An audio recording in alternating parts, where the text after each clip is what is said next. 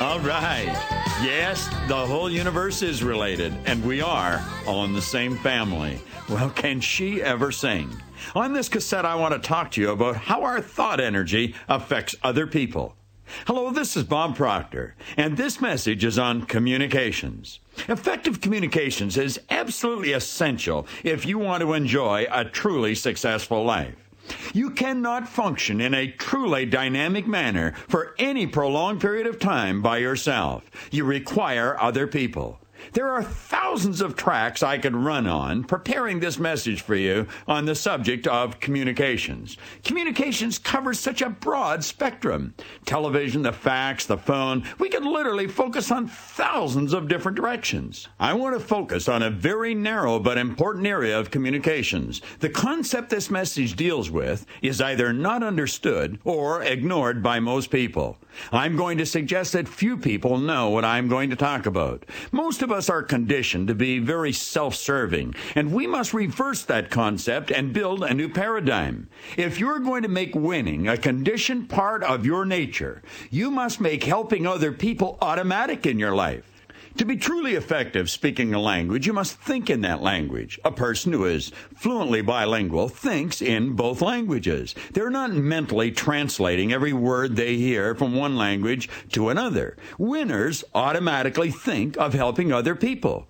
Now, since you think in pictures or images, the purpose of this message is to assist you in becoming more effective at transmitting images to other people, images which will help them. Look at it this way. In his philosophy on success, Napoleon Hill said, and I quote, "I will induce others to serve me because of my willingness to serve others." That is a nice idea. There are some people who will tell you that's an old-fashioned idea, and they are correct. It is much older than either of us. The truth is that the idea has always been here. It is like the lyrics in a very famous song which suggest love was here before the stars. And of course it was. And so was the law behind Napoleon Hill's suggestion that he would induce others to serve him because of his willingness to serve others. That's just another way of phrasing the law of cause and effect.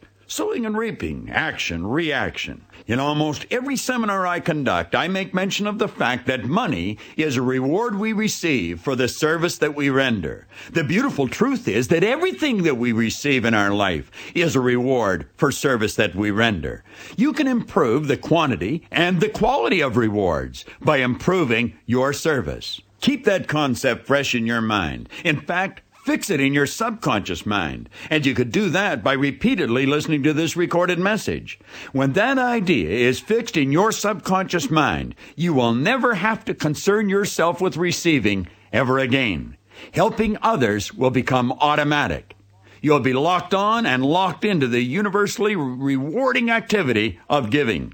How's that for a beginning? Do you like the track that I have chosen to run on? I'm sure you do. Now, to move you into a more receptive vibration, to help you become a little more subjective, I am going to ask you to listen to Michelle again. Now, as you listen, bring every speck of conscious attention that you can muster to the lyrics of her song. These lyrics have been written especially for this communication message. There is a deep meaning buried in this song. And as you listen, it is important to remember that everything is energy, and thought is energy. And you can think. I can think. We can connect. We're related. Yes, we really are. Do you spend much time thinking of how you are related to the universe? If you are like most people, you very likely do not.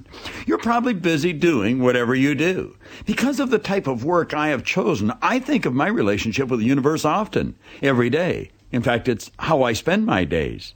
The truth of how we're related becomes more interesting and more obvious to me every day. It may be to you as well. If it hasn't, I'm sure as you invest more time and energy in this direction, you'll discover the same truths.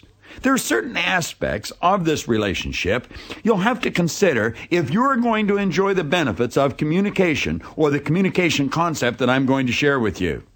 I want you to think about the lyrics from the last verse of Michelle's song. So be quiet, my love, and listen. From within, you will feel a sound. The Creator's voice is telling us air is made from the same stuff as the ground.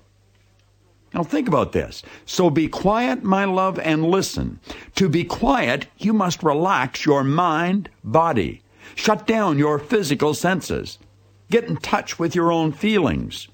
From within, you will feel a sound. The Creator's voice is telling us. All right, now listen closely to this beautiful truth. The sound of God evolves around the law of vibration. And on a conscious level, vibrations are referred to as feelings. By shutting down your senses and blocking out all outside distractions and being quiet, you will feel a sound. And get this, air is made from the same stuff as the ground. Air is energy. The earth is energy. Everything is energy. Thought is energy. In fact, thought is one of the most potent of all forms of energy. It's on one of the highest frequencies. Throughout recorded history, theology has constantly reminded us that everything is the expression of one power. Air is made from the same stuff as the ground, and so are you. More recently, science has proven that everything is the expression of one power. Both science and theology have cautioned us time and time again that the entire universe operates by exact law. One of the laws is the law of vibration. Do you remember the lyrics from that verse? Let's listen once again. As we study the law of vibration, we'll view other people from our heart. The whole world will be one nation in communication. We'll be an art straight from our heart. Races must come together. Wasn't that beautiful? I want to refer now to the law of vibration. To do this, I'm going to ask you to go to page 110 in my book, You Were Born Rich. What I wrote there is very relevant to this particular message on communication. On 110, it says, the law of vibration accounts for the difference between mind and matter. You could say between the air and the earth, between the physical and the non-physical worlds. According to the law of vibration, we postulate that everything vibrates or moves. Nothing rests. Nothing is idle. Everything is in a constant state of motion, and therefore there is no such thing as inertia or state of rest. From the most ethereal to the most gross form of matter, everything is in a constant state of vibration. Moving from the lowest to the highest degree of vibration, we discover there are literally millions upon millions of intervening levels or degrees. From the electron to the universe, everything is in vibratory motion. Energy is manifested in all varying degrees of vibration. Rates of vibration are called frequencies, and the higher the frequency, the more potent the force. Since thought is one of the highest forms of vibration, it is very potent in nature, and therefore it must be understood by everyone. Now, the law of vibration may be explained in many different ways, depending upon the purpose for which it is being explained. In this chapter, as in this cassette, however, it is our intention to confine our inquiry to thoughts alone. Now, I want you to think about this. All right? Now, come with me as we leave the law of vibration for a few moments, and we'll both focus our conscious attention on you and your world. I'm working with the premise that you want to cause a mega improvement in your results. To make any improvement, you must improve yourself, and you can do that by becoming a more effective communicator. Since you live simultaneously on 3 different planes of life, it would necessarily follow that you communicate on all 3 planes simultaneously. You live in a physical body, you have an intellect, and you are a perfect spiritual expression. You could say that the giant part of you is much like an iceberg. It is not visible to the human eye, which would indicate that much of our communications is on that non-physical, non-intellectual level. That is where vibration will come back into this message. The super communicators understand how to send and receive messages very effectively on all 3 levels. These people are always working with the law of vibration. They clearly understand that through vibration, everything is connected. The only difference in one thing and another is density or amplitude of vibration. It's as I explained from You Were Born Rich. Vibration explains the difference between mind and matter. You will recall the various levels of vibration are referred to as frequencies. There are millions of frequencies, each one having one above and one below, all of them connected. There is no line of demarcation. Frequencies come together like the colors of a rainbow. You're not able to tell where one starts and the other stops because they are all together. Now think of this. Your brain, every cell in your brain operates on a frequency. Every person is the same. You have a mental dial in your marvelous mind which enables you to tune in on the other person's frequency. It is well to remember that the other person has exactly the same ability. I rarely pay attention to what a person is saying relative to what I feel. I'm much more interested in the vibrations I am receiving. By playing this message over and over and over again, by learning the lyrics to the song and then singing along with Michelle, you'll find yourself becoming more aware of what you are feeling. You'll become more sensitive to the vibrations around you. I've been working with this every day for over 30 years, so my sensitivity switch has a hair trigger. If I'm around you, I will tune in very quickly. Believe me, this is worth serious consideration. If you merely begin humming Michelle's tune, you'll trigger these ideas to come into your consciousness, and through repetition, you'll definitely heighten your awareness. And you'll begin to communicate on a higher dimension, one that is much more effective and most certainly more accurate and dependable. You'll become sensitive to the thousands of messages that are flying around every day, messages which you very likely have been missing in the past. This will assist you in becoming much more effective at transmitting images to other people that will help them, images that will make them feel good about themselves. When you do this, you'll be following some excellent advice that Lord Chesterfield gave to his son when he said, "My son, cause other people to like themselves just a little bit better, and I'll promise you this, they will like you very much." That's exactly where this form of effective communication begins. Listen to what Webster had to say about effective communications. I quote, "Effective, in a condition to produce desired results, efficient, powerful." And on communications, he said, an information means of passing from one place to another, a connecting passage.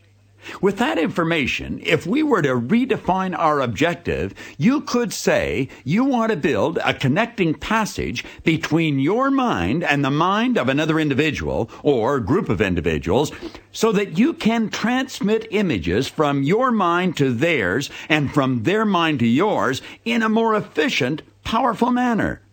We are motivated by images. When you get a beautiful picture on the screen of your mind, a smile, a happy look comes on your face. You feel good inside. Your behavior improves. This is an important point.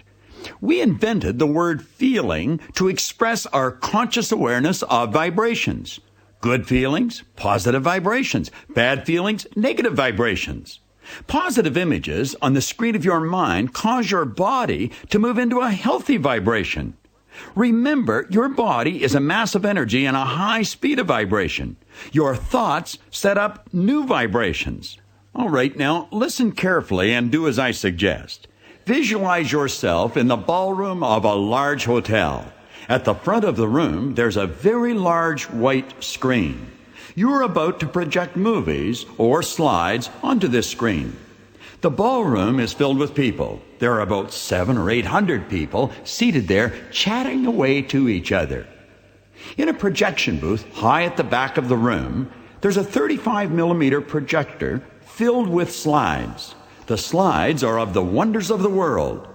The lights in the ballroom begin to dim. The chatter fades. And as Goldsmith said, the thunder of silence fills the room. In your hand is a remote control switch for the 35-millimeter projector. With your thumb, you touch a button. An order that is not visible to your eye is instantly and silently fired off to the projector. And bingo, a slide drops in front of the light. and is projected onto the large screen in the front of the room.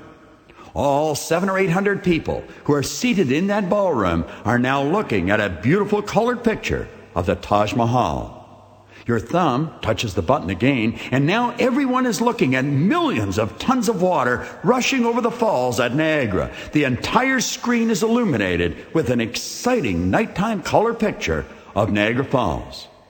My friend, there is no ballroom, no projector, no audience. No Taj Mahal or Niagara. Only words that I recorded, which are now vibrations, light messages, being sent from your tape recorder to your brain. They are picked up by your hearing sense. This light message or vibration is traveling at a ridiculous speed down a nerve passageway in your body and striking a group of cells in your brain. Cells which are already vibrating because the law of vibration decrees that nothing rests. You'll remember I read that from You Were Born Rich. When this particular group of cells are affected by the sound of my voice, they instantly increase in amplitude of vibration, and the images which were there in the cells in your brain fly on the screen of your mind. The images of the Taj Mahal and Niagara Falls were quietly resting in the cells of your brain. My words activated them. Images of the ballroom, the projector, and the 700 or 800 people were all in cells in your brain. Even the button that you touched with your thumb, the image of it was in your brain as well. Have you any idea how many pictures are tucked away in your brain? I doubt if you could count that high. There are happy and sad pictures, pictures which will depress or excite us, pictures which will speed us up or slow us down. Pictures that will make us feel wonderful. The words you use, the words you choose to direct at the next person you meet will very likely determine the images that fly onto the screen of their marvelous mind. And that determines their vibration. I have already brought to your attention that we live on different levels. On the intellectual level, we communicate through words, gestures, and writing. Pay close attention to what I am about to do right now. I will use words that will cause images to register in your mind's eye. These images will show you how gestures are used to communicate. Visualize an elderly woman kneeling on one knee, with her arms openly outstretched. A small 2-year-old child is running towards her. They both have a broad smile on their face. Those arms are waiting to be wrapped around that small child. Outstretched arms are a gesture of love. They are saying, "Come to me. You are welcome. I want to hug you." Words are not required. The child will get the message. And of course, on an intellectual level, we also communicate through writing. A book is a picture painted with words. A good author will create a movie in their mind, and then choose the words that will hopefully activate in your mind the same picture they see in their mind. You have very likely read a book and then gone to a movie that was based on the book. Odds are you were disappointed in the movie. You were disappointed because the movie you created in your mind while reading the book was much better than the one that you viewed at the theater. You must understand, however, your imagination did not have any of the restrictions or constraints the movie maker was faced with. That's worth remembering. Your imagination has no limits, which is why Albert Einstein said the imagination is more important than knowledge. Through the aid of your imagination, you can see and hear yourself communicating in a much more effective manner with the next person you meet. You can do that right now, even though you may be alone. Mentally, you can hear the words that you will carefully choose. You can mentally see the gestures that you will use. The benefits of effective communications are certainly worthy of a respectable amount of practice. Let's take a moment right now and review. On an intellectual level, you communicate with words, gestures, and writing. The brain is where we believe the intellect to be resident. Begin to associate and view in your mind your words, gestures, and writing as light messages, vibrations, which are directed at the other person's brain. These vibrations will activate pictures in the other person's mind. Make certain your words, gestures, and writing trigger positive pictures. This is why salespeople are taught to sell benefits. Sell the sizzle and not the steak. Elmer Wheeler said people don't buy quarter-inch drills because they want quarter-inch drills. They buy quarter-inch drills because they want quarter-inch holes. Remember, benefits, benefits, benefits. Make the other person feel good. Create pictures in your mind of the other person enjoying more of life. Send that kind of an image to the other person. The universe will send back every speck of good. This is where the law of vibration re-enters the picture. As we study the law of vibration, we will view other people from our heart. The early Greeks referred to the universal subconscious mind, the emotional mind, as the heart. That part of the mind which connects you or me to everyone and everything. You communicate heart to heart through vibration, more commonly referred to as feelings. Make a mental note of what I am about to say. My teacher, Val Vanderwall, explained this to me many years ago, and it is one of the most powerful truths I have ever learned. Words are noise. Vibration never lies. Let me repeat that. Words are noise. Vibration never lies. The seat of your emotions seems to rest in the solar plexus. That is where you pick up vibrations. You frequently refer to this as a gut feeling. When you see a tragedy, you often say it made you feel sick to your stomach. When you fall in love, where do you get that good feeling? Now, let's switch gears for a moment. How many times have you sensed something was troubling a loved one, and you asked them, "What's wrong?" And they replied, "Nothing." You knew they were not being honest with you. Something was wrong. You knew it because you felt it. Your ears heard their words, "nothing." But heart to heart, you also picked up what they were transmitting. Vibrations never lie. Intellectually, they are saying one thing, and emotionally, they are saying the opposite.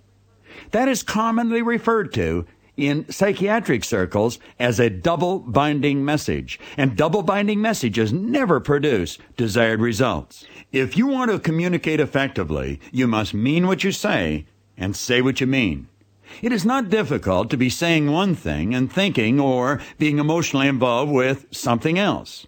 Understand that while your words are activating a set of positive pictures in a person's mind, your vibrations could easily be activating the opposite. When that happens, the other person's mind is in a confused state and not capable of any intelligent action. They'll feel confused and probably not know why. Think of the number of salespeople who are telling their prospects they want to help them, and at the same time, they are thinking of the commissions they are hoping to earn from the sale. These salespeople are the same ones whose income remain in the danger zone. Well, the salespeople who earn 6- and 7-figure incomes absolutely love what they do, and that love is being transmitted to those that they meet. They love helping other people benefit from the product or service that they render. Look at the great entertainers. They love sharing their talent with an appreciative audience, an audience that is receiving what they want. The positive energy moves back and forth, always expanding. That is synergy, and synergy is hot energy. The same law that applies and is used by the professional entertainer applies to you and me. When we are communicating, what we want to do is find out what the other person wants and give it to them. And remember, you must mean what you say and say what you mean. When your thoughts, words, gestures, and feelings are in sync with the other person, that is synergism. And remember, synergy is hot energy. Now, before we leave, I want to hit on some of the salient points from this message. Listen carefully. The purpose of this message was to assist you in becoming more effective at transmitting images to the other person that would help them. Effective communications is essential to enjoy a truly successful life. You cannot function in a truly dynamic manner by yourself for any prolonged period of time. You need other people. To make winning a part of your conditioned nature, you must make helping other people automatic in your life. You can induce others to serve you through your willingness to serve others. Everything you receive in life is a reward you receive for serving others. You will improve the quantity and the quality of your rewards by improving your service. Everything in the universe is related. Everything is energy. Thought is energy. You think. I can think. We connect. Listening to Michelle's song, learning the lyrics, and singing with her will have a positive effect on your consciousness. Feeling is conscious awareness of vibration. You think in pictures. On a conscious or intellectual level, you transmit those pictures to other people through words, gestures, and writing. The heart is a term that the early Greeks used when referring to the subconscious mind. On a subconscious level, you communicate heart to heart through vibration. Your feelings are transmitted to the other people through vibration. Air is made from the same stuff as the ground. Everything is energy in various states of vibration.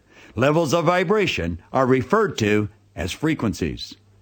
Both science and theology agree everything is the expression of one power, which operates in an orderly manner, more commonly referred to as law. Vibration is one of those exact laws of nature. Read the law of vibration on page 110 in my book, You Were Born Rich. Make sure you mean what you say, and you say what you mean. When you say one thing and are emotionally involved with the opposite, you are sending both messages to the other person. That sort of mental activity causes confusion in your mind and theirs. Those messages are called double binding messages and will never produce desired results. When two or more people come together on the same frequency of thought, that creates synergy, and synergy is hot energy. And let's not forget the beautiful truth. The whole universe is related. We are all part of the same family.